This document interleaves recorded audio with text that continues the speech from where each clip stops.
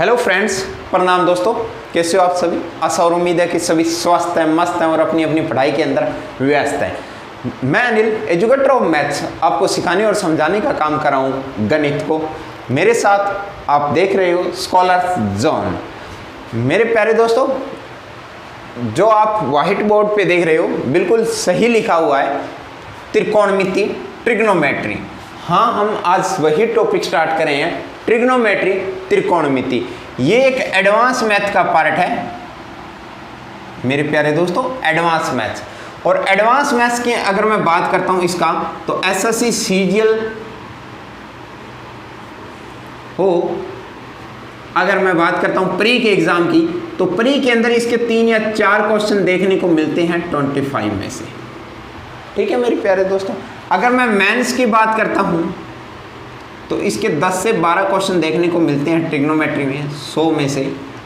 और मैं चाहे सीडीएस की बात करता हूं तो 4 से 5 क्वेश्चन सीडीएस में देखने को मिलते हैं। चाहे सीएचएसएल की बात करता हूं 2 या 3 क्वेश्चन सीएचएसएल में देखने को मिलते हैं। तो ये एडवांस मैथ है। एडवांस मैथ का हम पार्ट है ट्रिग्नोमेट्री, और ट्रिग्नोमेट्री है एडवांस मैथ में। चाहे एसएससी की बात करता हूँ, चाहे मेंस की, सीडीएस, सीएचएसएल, सभी एग्जाम में आता है, लेकिन एनटीपीसी में भी आता है। ठीक है, एनटीपीसी में भी आपको देखने को मिलता है। तो इस प्रकार जो बच्चे होते हैं वो ट्रिग्नोमेट्री से काफ़ी डरते हैं। ठीक है, और ट्रिग्नोमेट्री उनको याद ही नहीं रहता। उनको एक ही बात रहती है, सर वो टॉपिक क्या, कौन सा भाई, साइन थीटा वाला, कोस थीटा वाला। हाँ जी, वही टॉपिक है ये, साइन थीटा और कोस थीटा। आज हम इनको बारीकी से सीखेंगे कि ट्रिग्नोमेट्री कब आज़ाद हुई थी और कहाँ पर इनका यूज होता है और किस प्रकार इनकी प्रॉपर्टी लागू होती है। तो प्यारे दोस्तों, ट्रिग्नोमेट्री है त्रिकोणमिति। ठीक है, थोड़ा सा हल्का सा टफ टॉपिक माना जाता है, लेकिन इतना भी टफ नहीं है कि आप डर के आगे अपना सर झुका दो। डरना नहीं है, करना है। देखो दोस्तों, ट्रिग्नोमेट्री है ये कहीं ना कहीं एक पाइथागोरस समकोण त्रिभुज के इर्द गिर्द घूमती है। देखो, अब आप सोचते हो कि समकोण त्रिभुज क्या होता है। पहले बना देता हूं समकोण त्रिभुज। ये एक समकोण त्रिभुज है। ठीक है, समझे मेरी बात को। ये ए है, ये बी है, ये सी है। ठीक है, ये 90 डिग्री का एंगल है। ठीक है, 90 डिग्री के एंगल के सामने वाली भुजा, इसको हम बोलते हैं कर्ण। क्या बोलते हैं?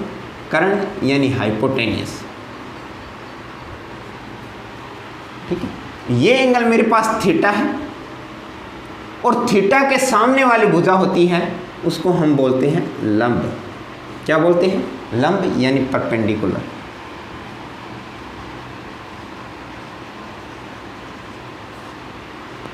और जो ये तीसरी भुजा बच गई, ये बच गया आपका बेस, यानी जिसको बोलते हैं आधार। मेरे प्यारे दोस्तों, 90 डिग्री के सामने वाली भुजा कर्ण होता है। जो ये 2 एंगल बच गए, इनमें से एक्यूट एंगल होता है दोनों। थीटा के सामने वाली भुजा लंब होती है, ये बेस होता है। ठीक है, जो कर्ण होता है ये इन त्रिभुज के अंदर, भुजाओं के अंदर सबसे बड़ी भुजा होती है, यानी सबसे बड़ी भुजा, लार्जेस्ट। मेरे प्यारे दोस्तों, अगर ये थीटा है तो ये कितना रहेगा? क्या ये 90 माइनस थीटा रहेगा? हाँ या ना? क्योंकि त्रिभुज के तीनों कोणों का योग कितना होता है? 180 डिग्री होता है। ये आपके पास 90 डिग्री है, तो ये पीछे दोनों का योग कितना बच गया? 90 डिग्री का। अगर ये आपको थीटा दे रखा है तो ये कितना रहेगा? 90 माइनस थीटा रहेगा। अगर ये आपको एंगल दे रखा है 90 माइनस थीटा, और ये एंगल आपको नहीं दे रहा, तब आपकी ये भुजा होगी, ये आपकी भुजा क्या बन जाएगी? परपेंडिकुलर बन जाएगी। ठीक है, और ये फिर क्या बन जाएगा आपके लिए? आधार बन जाएगा। क्या बन जाएगा? आधार बन जाएगा। ठीक है, अगर ये एंगल, यानी कहने का तात्पर्य ये कि 90 डिग्री के सामने वाली भुजा हमेशा कर्ण रहेगी, उसके अलावा कोई भी एक एंगल दिया होगा, एक्यूट एंगल होगा, न्यून कोण होगा। न्यून कोण का तात्पर्य होता है कि 0 डिग्री से बड़ा होना और 90 डिग्री से छोटा होना। ठीक है, जो एंगल आपको दे रखा होगा उस एंगल के सामने वाली भुजा होगी वो आपकी होगी परपेंडिकुलर होगी। ठीक है, ये सिर्फ समझाया। इनका यूज बहुत से जगह होता है। पहले अपने ऋषि मुनि यूज़ करते थे, हवन कुंड वगैरह में यूज़ करते थे, और इनको संस्कृत कोज्या वगैरह इनको ये चीज़ बोली जाती थी, जो संस्कृत के वर्ड थे। धीरे धीरे ये मैथमेटिकल फॉर्म में आ गए और हवन कुंड के अंदर ज्योतिषी वगैरह यूज़ करते थे।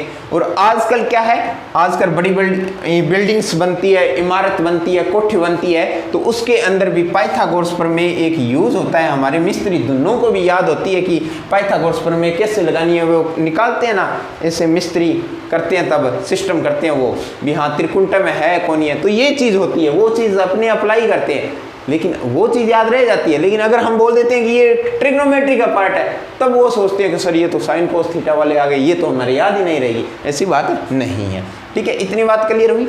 अब देखो, एक व्यक्ति था पाइथागोरस, पाइथागोरस नामक एक व्यक्ति था। उन्होंने पाइथागोरस प्रमेय का एक वर्ड बनाया। क्या होती है पाइथागोरस प्रमेय? पाइथागोरस प्रमेय को मैंने 12th के अंदर एक मॉडल भी बनाया था गवर्नमेंट स्कूल के अंदर, ठीक है दोस्तों, और वो मेरा स्कूल लेवल पे सिलेक्ट होके मैं डिस्ट्रिक्ट लेवल पर भी गया था मॉडल लेके, वो सेम था पाइथागोरस प्रमेय। पाइथागोरस प्रमेय क्या होता है? पाइथागोरस प्रमेय एक समकोण त्रिभुज पर ही अप्लाई होता है, और इनका तात्पर्य क्या होता है कि ये हाइपोटेनियस होता है, हाइपोटेनियस, इसको H बोलते हैं, इसको P बोलते हैं, और इसको B बोलते हैं। तो जो एक सबसे बड़ी भुजा होती है, पाइथागोरस प्रमेय की स्टेटमेंट क्या है? सबसे बड़ी भुजा का वर्ग अन्य किसी दो भुजाओं के वर्गों के योग के बराबर होता है। जिस प्रकार अगर मैं पाइथागोरस प्रमेय की बात करूं, तो हाइपोटेनियस का स्क्वायर इक्वल टू परपेंडिकुलर का स्क्वायर प्लस में बेस का स्क्वायर, ये मेरे पास क्या होता है? एक पाइथागोरस प्रमेय होता है। अगर मैं इसको हाइपोटेनियस का लिखना चाहता हूँ तो इसका होता है कर्ण इक्वल टू आधार प्लस में लंब, इनका भी स्क्वायर, इनका भी स्क्वायर, और इसका भी स्क्वायर। तो ये होता है मेरे पास कर्ण का स्क्वायर इक्वल टू आधार का स्क्वायर प्लस में लंब का स्क्वायर। या आप इसको भी ऐसे भी लिख सकते हो, कर्ण इक्वल टू आधार का स्क्वायर प्लस में लंब का स्क्वायर, इस पे अंडर रूट लगा देते हैं, क्योंकि इधर स्क्वायर हटाएंगे तो इधर क्या लगा देते हैं? अंडर रूट लगा देते हैं। तो ये आपके पास क्या है? एक पाइथागोरस प्रमेय है, जो एक ट्रिग्नोमेट्री है, इसके समकोण त्रिभुज के आपके इर्द गिर्द घूमती है, ठीक है।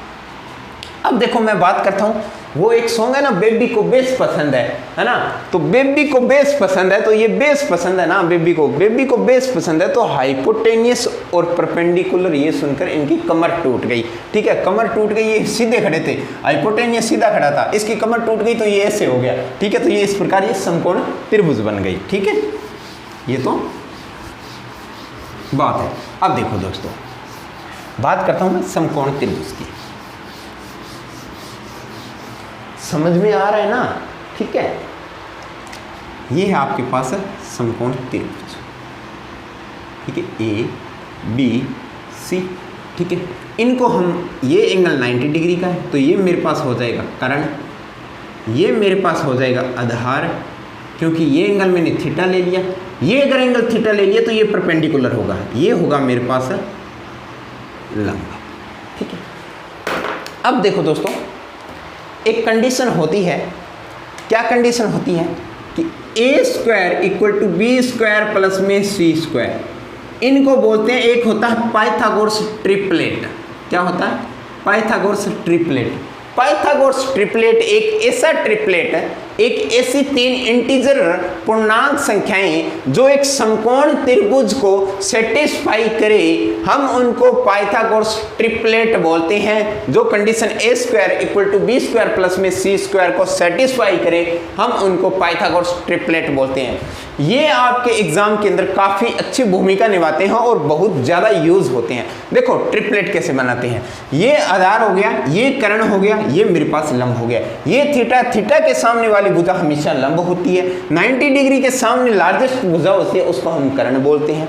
तो इनको हम पाइथागोरस से कहते हैं कि कर्ण का स्क्वायर इक्वल टू आधार का स्क्वायर प्लस में लंब का स्क्वायर, ठीक है।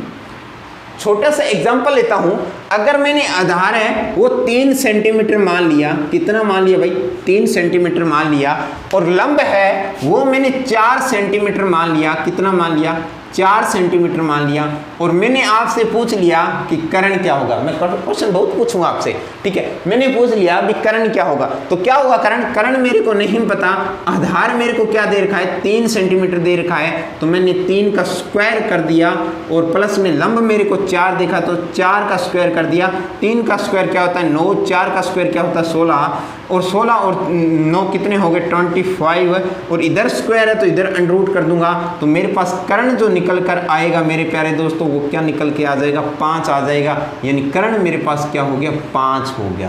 कर्ण कितना आ गया मेरे पास 5 आ गया। क्या इस कंडीशन को सेटिस्फाई करा, यानी एक साइड आपकी 5 की स्क्वायर कर दी मैंने, प्लस में 2 अदर साइड 3 का स्क्वायर प्लस में 4 का स्क्वायर 9 प्लस में 16 5 का स्क्वायर 25, क्या सेटिस्फाई कर रही है ना, कर रही है ना। तो A square plus B square sorry A square equal to B square plus में सी स्क्वायर, इस कंडीशन को सेटिस्फाई करें, इंटीजर है तो ये मेरे पास क्या बन जाएंगे 3, 4 और 5 मेरे प्यारे दोस्तों, ये मेरे पास क्या बन जाएंगे ट्रिपलेट बन जाएंगे। क्या बन जाएंगे ट्रिपलेट बन गए। समझ में आया, यानी ये एक समकोण त्रिभुज पाइथागोरस प्रमेय के अकॉर्डिंग बनाए गए, ये मेरे पास एक ट्रिपलेट है। समझ में आई बात क्या, ठीक है। अगर मैं आपसे ये चीज ट्रिपलेट कैसे अप्लाई होते है ये चीज पूछता हूं, अगर मैंने आपको बोल दिया कि एक समकोण त्रिभुज है उसके अंदर आपको 5 दे रखा है 4 दे रखा है, तो तीसरी भुजा बताइए, तो 5 और 4 देखते ही आपके दिमाग में घंटी बजनी चाहिए कि ये एक पाइथागोरस का ट्रिपलेट है, और ऑलरेडी आपको दे रखा है कि समकोण त्रिभुज है, तो आपके दिमाग में आना चाहिए कि तीसरी भुजा होगी वो 3 सेंटीमीटर होगी, हाँ या ना। क्या समझ में आया क्या। ऐसे बहुत से ट्रिपलेट है दोस्तों, जिस प्रकार मैं आपको बताना चाहता हूं कि अगर मैं 8, 15, 17 की बात करता हूं, अब देखो ये देखो एक ट्रिपलेट 8, 15, 17, अगर 8, 15, 17 की बात करता हूं, ये आपको एक समकोण त्रिभुज दे रखा है, ये 8 सेंटीमीटर है, ये 15 सेंटीमीटर है, तो इसका क्या होगा स्क्वायर किया तो मेरे पास 64 हो गया। इसका मेरे पास कितना हुआ 15 का स्क्वायर किया तो मेरे पास 225 हुआ। 225 और 64 मेरे पास कितने हुए, अगर मैं इसको ऐड करता हूं तो 5 और 4 9 और 6 2 8 289 हुए, तो ये कितना होगा 17, और 17 का स्क्वायर मेरे पास कितना होता है 289 होता है। तो ये भी मेरे पास मेरे प्यारे मित्रों क्या होगा एक ट्रिपलेट होगा 8, 15, 17। इस प्रकार के बहुत से ट्रिपलेट है, जिस प्रकार 12, 35, 37 की मैं बात कर लेता हूं, या मैं 16, 63, 65 की बात कर लेता हूं, और अगर मैं 5, 12, 13 की बात कर लेता हूं, ये ट्रिपलेट 5, 12, 13 ये बहुत ज़्यादा एग्जाम के अंदर यूज होता है। 9, 40, 41, 7, 24, 25, 7, 24, 25 इंपॉर्टेंट ट्रिपलेट लिखवा देता हूं मैं आपको। 20, 21, 29, 20, 21, 29, 11, 60, 61, ये मेरे प्यारे दोस्तों क्या है ट्रिपलेट है, ठीक है। आजकल एग्जाम के अंदर गूगल से किया और ट्रिपलेट क्वेश्चन पूछ लेते हैं बहुत से। एक क्वेश्चन एसएससी के अंदर आया था, जो 2020 के अंदर क्वेश्चन आया था, ये क्वेश्चन था कि आप बताइए ये पूछा था आपसे क्वेश्चन कि एक आपको पाइथागोरस समकोण त्रिभुज दे रखी है जिसके अंदर आपका आधार 33 है, लंब आपका 56 सेंटीमीटर है, तो बताइए कर्ण कितने सेंटीमीटर होगा। तो आप 33 का स्क्वायर करोगे, 56 का स्क्वायर करोगे, दोनों को ऐड करोगे, फिर यहाँ पर आएगा उसका अंडर रूट कर दोगे। तो अगर ये ट्रिपलेट आपको ऑलरेडी याद है तो आपको दिमाग में घंटी बजनी चाहिए कि 33, 56, 65 हमारे पास क्या एक ट्रिपलेट है, तो हम इनका यूज करके आप डायरेक्ट कर सकते हैं, ठीक है। ये तो थी आपके ट्रिपलेट की बेसिक बातें। अब देखो दोस्तों एक बात और बताता हूं आपको, कोई भी ट्रिपलेट है उनको अगर आप किसी भी संख्या से समान संख्या से मल्टीप्लाई कर देते हो वो भी आपके पास एक ट्रिपलेट बनकर हाजिर होगा। जिस प्रकार एग्जांपल के थ्रू आपको समझाता हूं, आपको 3, 4 और 5 आपके पास ट्रिपलेट है, ठीक है। अगर मैं इसको 2 से गुणा कर दी तो मेरे पास क्या संख्या बन गई 6। इसको भी 2 से गुणा कर दिया तो मेरे पास 8, इसको भी 2 से गुणा कर दिया तो मेरे पास 10 है। यानी 6, 8, 10 भी आपके पास एक नया ट्रिपलेट बनकर उजागर हो जाएगा। समझे मेरी बात को, क्या कहना चाहता हूँ? किसी भी संख्या को, किसी भी ट्रिपलेट को एक समान संख्या से मल्टीप्लाई करने पर भी एक जो नई संख्या उजागर होती है वो भी आपके पास एक ट्रिपलेट आएगा। जिस प्रकार छोटा सा एग्जांपल दे के बताया, 6, 8, 10 अपने चेक कर लेते हैं, ठीक है। अब देखो ये 6 मान लिया मैंने, ये 8 मान लिया, तो ये 6 है तो ये 36 आना चाहिए, ये 64 आना चाहिए, इन दोनों का योग 100 आना चाहिए और इनका स्क्वायर रूट क्या होना चाहिए 10 होना चाहिए। और क्या 10 हो रहा है? क्या हाँ है ना, हो रहा है ना। तो 6, 8, 10 भी आपके पास एक ट्रिपलेट है। और एग्जांपल ले लीजिए कोई भी, 8, 15, 17 को आप अगर करोगे, इसको 3 से मल्टीप्लाई करोगे यानी 24 आ गया, इसको 15 3 45 आ गया, 17 3 51 आ गया, तो 24, 45, 51 भी आपके पास एक ट्रिपलेट है। बिल्कुल सही है, आपने सही सुना दोस्तों, ट्रिपलेट होगा। अगर 3, 4, 5 है, 3, 4, 5, इसको अगर मैं मल्टीप्लाई कर देता हूँ 4 से, इसको भी 4 से, इसको भी 4 से, तो 4 3 12 और 4 चौके 16 और 5 चौके 20, ये भी मेरे पास एक ट्रिपलेट है दोस्तों। ये भी मेरे पास क्या है? एक ट्रिपलेट है, ठीक है। तो कितनी भी संख्याओं से मल्टीप्लाई कर दो आप, ये कोई फर्क नहीं पड़ रहा। अगर आप इन संख्याओं को, जिस प्रकार मैं बात करता हूँ 8, 15, 17, इनको अगर मैं 1.2 से मल्टीप्लाई कर देता हूँ, इनको भी 1.2 से और इनको भी 1.2 से मल्टीप्लाई कर देता हूँ, तो जो भी संख्याएं आएगी वो भी मेरे पास एक ट्रिपलेट होगी दोस्तों। वो भी मेरे पास क्या होगी? एक ट्रिपलेट होगी, ठीक है। समझ में आई बात? अब देखो एक और छोटा सा एग्जाम्पल, ये एक ट्रिपलेट है, ठीक है। ये सारे ट्रिपलेट है। अगर मैं आपको एग्जांपल दे रहा हूँ और आपसे पूछ लिया गया कि मेरे को बताओ ये चीज़, नहीं ये परपेंडिकुलर पूछ लिया, ये एंगल थीटा दे रखा है और ये एंगल आपका 90 डिग्री दे रखा है, ठीक है। और आपसे पूछ लिया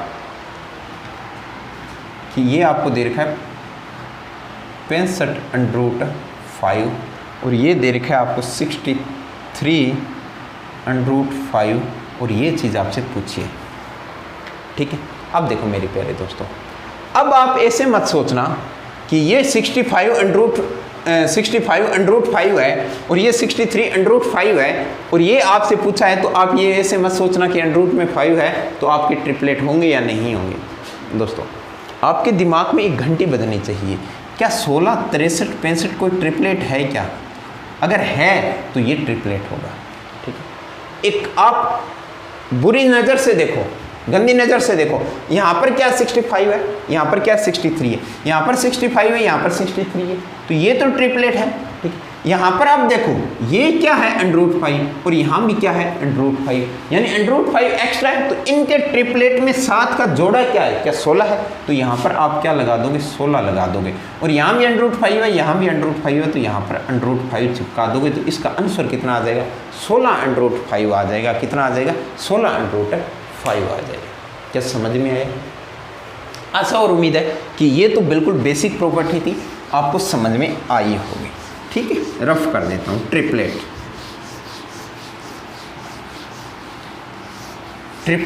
का चक्कर समझ में आ गया? कोई दुख तकलीफ तो नहीं है ना? अब देखो दोस्तों, मेरे प्यारे दोस्तों, आगे नेक्स्ट कंसेप्ट की ओर बढ़ते हैं।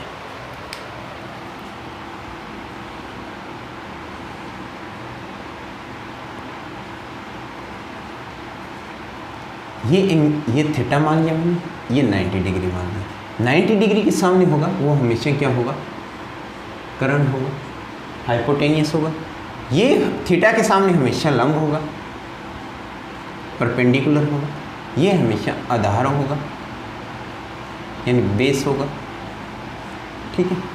अब देखो बात करते हैं समकोण त्रिभुज के भुजाओं को रेशो, समकोण त्रिभुज के भुजाओं के रेशो, उनको ही ट्रिग्नोमेट्रिक के रेशो बोला जाता है, यानी इनको बोला जाता है टी रेशो। क्या बोला जाता है? T ratio. समकोण त्रिभुज के भुजाओं के रेशो को ही क्या बोला जाता है, ट्रिग्नोमेट्रिक रेशो बोला जाता है। जिस प्रकार रेशो की अगर मैं बात करता हूँ, रेशो कुछ भी बन सकता है, जिस प्रकार आधार अपॉन में बन गया लंब, एग्जाम्पल बता रहा हूँ, ठीक है, कर्ण अपॉन में बन गया आधार, ठीक है, आधार अपॉन में बन गया कर्ण।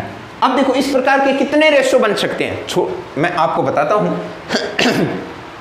आधार अपॉन में लंब हो गया तो लंब अपॉन में भी आधार होगा, लंब अपॉन में आधार, ठीक है। आधार अपॉन में कर्ण हो गया तो कर्ण अपॉन में आधार भी होगा, होगा ना ये तो दोस्तों, ठीक है। लंब अपॉन में कर्ण हो गया, कर्ण आधार आ गया, कर्ण आ गया, और क्या रह गया, अगर मैं आधार ऊपर कर लिया, यानी आधार बटा में कर्ण, ये तो कर्ण बटा में आधार यहाँ पर आएगा, आधार बटा में कर्ण, आधार बटा में कर्ण। देखो आधार अपॉन में लंब हो गया, लंब अपॉन में आधार हो गया, कर्ण अपॉन में आधार हो गया, आधार अपॉन में कर्ण हो गया। अभी क्या बचा, देखो लंब अपॉन में कर्ण, ये भी तो बनेगा ना, और यहाँ पर क्या बनेगा, कर्ण अपॉन में लंब। क्या इसके अलावा कोई बनेगा क्या, हाँ या ना दोस्तों, इसके अलावा कुछ नहीं बनेगा ना, क्योंकि 3 है और 6 आपके ये रेशो बन गए, ठीक है। अब आधार को मैं क्या लिख सकता हूँ, क्या मैं बेस लिख सकता हूँ क्या, हाँ या ना दोस्तों, आधार को ही बेस लिख सकता हूँ, और लंब को मैं क्या लिख सकता हूँ, परपेंडिकुलर, यानी बी अपॉन में पी लिख सकता हूँ, और लंब अपॉन में आधार को क्या लिख सकता हूँ, यानी परपेंडिकुलर अपॉन में बेस लिख सकता हूँ। आधार को क्या लिख सकता हूँ, बी लिख सकता हूँ, कर्ण को क्या लिख सकता हूँ, हाइपोटेनियस लिख सकता हूँ, इसको क्या लिख सकता हूँ, एच अपॉन में बी लिख सकता हूँ, और इसको लंब को क्या लिख सकता हूँ मैं, लंब को लिख सकता हूँ मैं पी अपॉन में कर्ण को हाइपोटेनियस, और इसको मैं क्या लिख सकता हूँ, एच अपॉन में पी, क्या ये लिख सकता हूँ। और मेरे प्यारे दोस्तों बी अपॉन में पी, पी अपॉन में बी, एच अपॉन में बी, बी अपॉन में एच, पी अपॉन में एच, एच अपॉन में पी, ये ही मेरे पास ट्रिग्नोमेट्रिक रेशो है।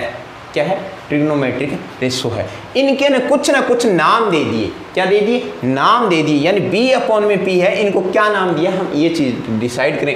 ट्रिग्नोमेट्रिक रेशो के अंदर एक बात सुनी होगी, एक ट्रिक होती है, ट्रिक सिर्फ मोह माया का बात होती है, लेकिन फिर भी आपको याद करने रख लेने के लिए काफ़ी होता है, क्योंकि आजकल स्टूडेंट ट्रिक्स मांगते हैं। तो पंडित बद्री प्रसाद, पंडित बद्री प्रसाद हर हर बोल, ठीक है। और कुछ लल्ला अपॉन में कक्का वाला वो भी अप्लाई कर लेते हैं, वो हिंदी के लिए आ गया, ये इंग्लिश के लिए आ गया, बात एक ही है, ठीक है। पंडित बद्री प्रसाद हर हर बोल। पी अपॉन में एच होगा, उसका नामकरण किया गया कि साइन थीटा है, क्या है भाई, साइन थीटा है, ठीक है। बी अपॉन में एच है, इनका नामकरण किया गया कि ये कोस थीटा है, ठीक है। पी अपॉन में बी है, इनका नामकरण साइन कोस टेन, इनका नामकरण किया गया कि ये कोट टेन थीटा है, साइन कोस टेन थीटा है। और बी अपॉन में पी के नामकरण किया गया कि ये कोट थीटा है, ठीक है। और एच अपॉन में बी को नामकरण किया गया कि ये सेक थीटा है, और एच अपॉन में पी है, इसको डिनोट किया गया कि ये कोसेक थीटा है। ये आपके पास होते हैं, ये आपके ट्रिग्नोमेट्रिक फंक्शन होते हैं, 1 2 3 4 5 6, यानी टी रेशो होते हैं, ट्रिग्नोमेट्रिक रेशो होते हैं। ये इसके द्वारा निकले गए, इससे निकले गए, और इनका ये नामकरण किया गया और ये नाम रख दिए गए। अब देखो आप इसके अंदर b अपॉन में p है, b अपॉन में p कहाँ पर है, ये देखो b अपॉन में p है, तो ये b अपॉन में p है, तो इसको नाम दिया गया कि ये कोट थीटा है, ठीक है। और लंब अपॉन में परपेंडिकुलर है, यानी इसको आप कोट है तो कोट का देखो, यानी p अपॉन में b, p अपॉन में b, इसको नामकरण दिया गया कि ये tan थीटा है। तो मेरे प्यारे दोस्तों एक बात और सामने उजागर आती है, यानी यही चीज होती है ट्रिग्नोमेट्री के अंदर कि आगे से आगे निकलता जाएगा कुछ ना कुछ। ये कोट थीटा हमने सिर्फ और सिर्फ इसका उल्टा करके लिखा था, यानी जो कोट थीटा होता है, कोट थीटा होता है वो 1 अपॉन में tan थीटा होता है। क्या समझ में आई क्या मेरी बात, क्या कहना चाहता हूँ, यानी कोट थीटा है वो 1 अपॉन में tan थीटा होता है, यानी tan थीटा का उल्टा ही कोट थीटा होता है, और कोट थीटा का उल्टा ही क्या होता है, tan थीटा होता है। यानी b अपॉन में p है, b अपॉन में p, ये मेरे पास क्या है, कोट थीटा है, और अगर tan थीटा है तो मैं 1 अपॉन में p अपॉन में b लिखूंगा तो इसको b अपॉन में p है, तो इसको मैं रिवर्स करूंगा तो वापस मेरे पास b अपॉन में p बन जाएगा और मेरे पास ये इक्वल हो जाएगा। यानी tan थीटा और कोट थीटा हमेशा एक दूसरे के क्या होते हैं, रिवर्स होते हैं। और इसी से एक बात और निकल के सामने आ जाती है दोस्तों, क्या होता है कि अगर मैं इसको क्रॉस मल्टीप्लाई करता हूं तो cot theta into tan theta होता है वो हमेशा एक होता है। ठीक है, कोट थीटा और tan थीटा होता है वो हमेशा एक होता है। क्यों होता है, अब ये बात आपको बता देता हूं। देखो b अपॉन में p था, ये मेरे पास b अपॉन में p था। कौन था भाई b अपॉन में p? कोट थीटा था। कोट थीटा लिख दिया मैंने, इनटू का इनटू लगा दिया। tan थीटा क्या था? p अपॉन में b था, p अपॉन में b था। अगर मैंने p से p काट दिया, b से b काट दिया तो बचा क्या? एक बचा। तो ये चीज एक है, ये चीज एक है। समझ में आई मेरे प्यारे दोस्तों? ठीक है, ये तो इतना था। अब देखो नेक्स्ट आगे, h अपॉन में b करण अपॉन में आधार, यानी h अपॉन में b की बात करता हूं तो h अपॉन में b मेरे पास क्या था? सेक थीटा था। तो ये चीज होगी, ये आपके पास क्या होगी? सेक थीटा होगी। क्या होगी? सेक थीटा होगी। समझे? Sec theta. और सेक थीटा किसका उल्टा होता है? b अपॉन में h किसका उल्टा होता है? b अपॉन में h क्या है? Cos theta. और ये मेरे पास वैल्यू किसकी होगी? Cos theta. यानी सेक थीटा इक्वल टू होगा 1 अपॉन में कोस थीटा। समझे मेरी दोस्तों? और सेक थीटा और कोस थीटा को मैं इंटू करूंगा, यानी sec theta into cos theta, ये हमेशा क्या होता है? एक होता है। ये हमेशा मेरे पास क्या होता है? एक होता है। Sec theta into cos theta मेरे पास क्या होता है? एक होता है। अब बच गया लंब अपॉन में करण। लंब अपॉन में करण यानी p अपॉन में h क्या होता है? Sine theta. इसको हम नाम देते हैं साइन थीटा का, और इसको हम नाम देंगे h अपॉन में p को कोसेक थीटा। ठीक है, तो आपके पास एक प्रॉपर्टी और बन गई कि sine theta equal to reverse होते हैं 1 अपॉन में कोसेक थीटा के। ठीक है, और sine theta into cosec theta equal to हमेशा होता है 1। तो आपके पास ये तीन प्रॉपर्टी आ गई दोस्तों। तीन तो ये ऊपर वाली आ गई और तीन ये नीचे वाली आ गई।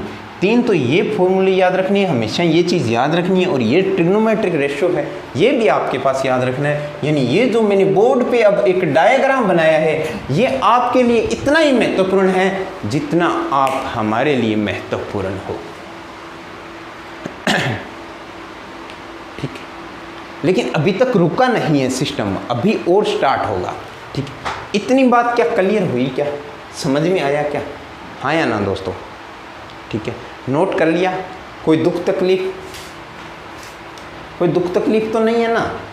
ठीक है, अपोजिट वाला लिख दिया मैंने, 3 का 6 लिख दिया। ठीक है, और ये tan थीटा होता है, ये कोट थीटा का अपोजिट होता है। इस प्रकार भी हो सकता है, जिस प्रकार ये tan थीटा इक्वल टू होगा 1 अपॉन में कोट थीटा का।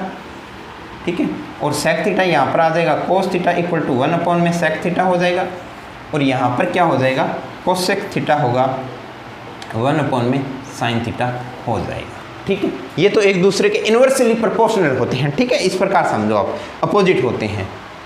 क्या ये बात क्लियर हुई क्या? अब देखो दोस्तों, एक बात और बताने जा रहा हूँ। tan थीटा, tan थीटा क्या होता है? सबसे पहली चीज, tan थीटा होता है p अपॉन में b। p अपॉन में b होता है। ठीक है, अब देखो आप बात को, tan थीटा को आप साइन थीटा अपॉन में कोस थीटा भी लिख सकते हो। होता है साइन, tan थीटा होता है साइन थीटा अपॉन में कोस थीटा होता है। देखो साइन थीटा क्या होता है, अगर मैं बात करता हूँ p अपॉन में h की, p अपॉन में h की, और कोस थीटा की क्या बात होती है? b अपॉन में h की। देखो tan थीटा क्या होता है? p अपॉन में b। मेरे प्यारे दोस्तों, अगर tan थीटा p अपॉन में b होता है, मैंने ये अंश होता है, ये तो परसेंटेज के अंदर अच्छी तरह बताई थी मैंने बात, ये हर होता है। ठीक है, अगर मैं अंश में भी h का डिवाइड कर देता हूँ, हाइपोटेनियस से भाग कर देता हूँ, और b से भी हाइपोटेनियस से भाग कर देता हूँ, तो क्या कोई फर्क पड़ेगा? क्या नहीं फर्क पड़ेगा ना। तो ये मैं क्या लिख सकता हूँ इसको? मैं इसको लिख सकता हूँ कि P अपॉन में H लिख दिया मैंने, कोई फ़र्क नहीं पड़ा, ठीक है। अपॉन में B तो था ही, B लिख दिया, अपॉन में H लिख दिया। तो मेरे पास P अपॉन में H होता है, P अपॉन में H है, इसको मैं लिख सकता हूँ कि साइन थीटा होता है, ठीक। अपॉन में B अपॉन में H है, इसको मैं लिख सकता हूँ कोस थीटा, यानी ये मेरे पास क्या होता है, कोस थीटा होता है, ठीक है। तो टेन थीटा का एक नया फॉर्मूला आपके सामने आ गया, क्या है कि साइन थीटा अपॉन में कोस थीटा। कैसे आया, ये चीज़ इस प्रकार आई है, ठीक है। अब देखो ये तो टेन थीटा का था, अगर मैं बात करता हूँ कोट थीटा की, कोट थीटा मेरे पास क्या होता है, देखो B अपॉन में P, यानी B अपॉन में P। मैंने क्या किया, इसको B को X से डिवाइड कर दिया और P को भी X से डिवाइड कर दिया, तो B अपॉन में H मेरे पास क्या होगा, B अपॉन में H मेरे पास कोस थीटा होगा, यानी कोस थीटा होगा, अपॉन में P अपॉन में H क्या होगा, ये देखो P अपॉन में H क्या होगा, साइन थीटा होगा। तो मैं इसको डिवाइड कर देता हूँ साइन थीटा से, तो मेरे पास कोट थीटा का क्या निकल के आ गया कि कोस थीटा अपॉन में साइन थीटा। ये भी एक नया फॉर्मूला उजागर हो गया मेरे सामने।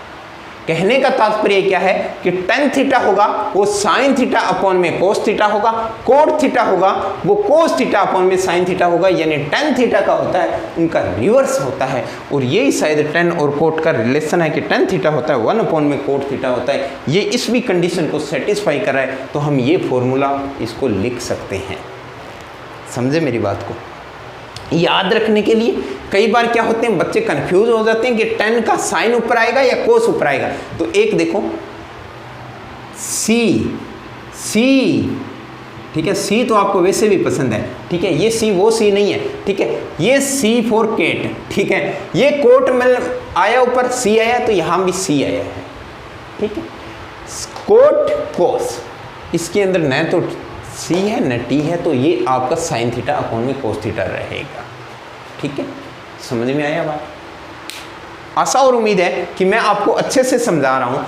जिन्होंने अभी तक इस चैनल को सब्सक्राइब नहीं किया है वो प्लीज़ सब्सक्राइब करें, लाइक करें और शेयर करें, और आपकी तरह इस वीडियो को स्टेटस लगाएं, अपने सोशल मीडिया जितने भी प्लेटफॉर्म आप यूज़ करते हो उन पर हर जगह वायरल कर दो। अगर आपकी फिर भी ये काम की नहीं है तो हो सकता है और किसी के दोस्त के तो काम की है ना, ठीक है। तो हर जगह फैला दो इनको, शेयर करो, लाइक करो और सब्सक्राइब अवश्य करें, ताकि आपका जितने लाइक और शेयर और सब्सक्राइब करेंगे हमारा मनोबल बढ़ेगा और हम आपको अच्छे से ज्ञान दे सकेंगे, अच्छे से पढ़ा सकेंगे, और वो ही मेरे लिए एक विटामिन का काम करता है, ठीक है। अब देखो दोस्तों आगे नेक्स्ट बात करते हैं। चलो नेक्स्ट, ये इतना आप पढ़ के आना अच्छे से, ठीक है। नेक्स्ट वीडियो है उसके अंदर हम साइन स्क्वायर प्लस में एक आपको बात बता देता हूँ, लिख देता हूँ यहाँ पर बोर्ड पे। लोग कहते हैं कि सबका मालिक एक है, कहते हैं, हमने भी सुना है सबका मालिक एक है, सबका मालिक एक है, ठीक है। अगर आपको गणित से मोहब्बत हो गई, ठीक है, तो आप इनकी जगह एक बात लिखोगे कि सबका मालिक साइन स्क्वायर थीटा प्लस में कोस स्क्वायर थीटा है। अगर आपको गणित से मोहब्बत हो गई तो ये चीज़ लिखोगे कि सबका मालिक साइन स्क्वायर थीटा प्लस में कोस स्क्वायर थीटा है। अब साइन स्क्वायर थीटा प्लस में कोस स्क्वायर थीटा का मान कितना होता है, कैसे आता है, क्यों आता है, कहाँ से आता है, ये हम सीखेंगे नेक्स्ट क्लास में। तब तक बने रहिए, पढ़ते रहिए। जय हिंद, जय Bharat. Please subscribe, like, share.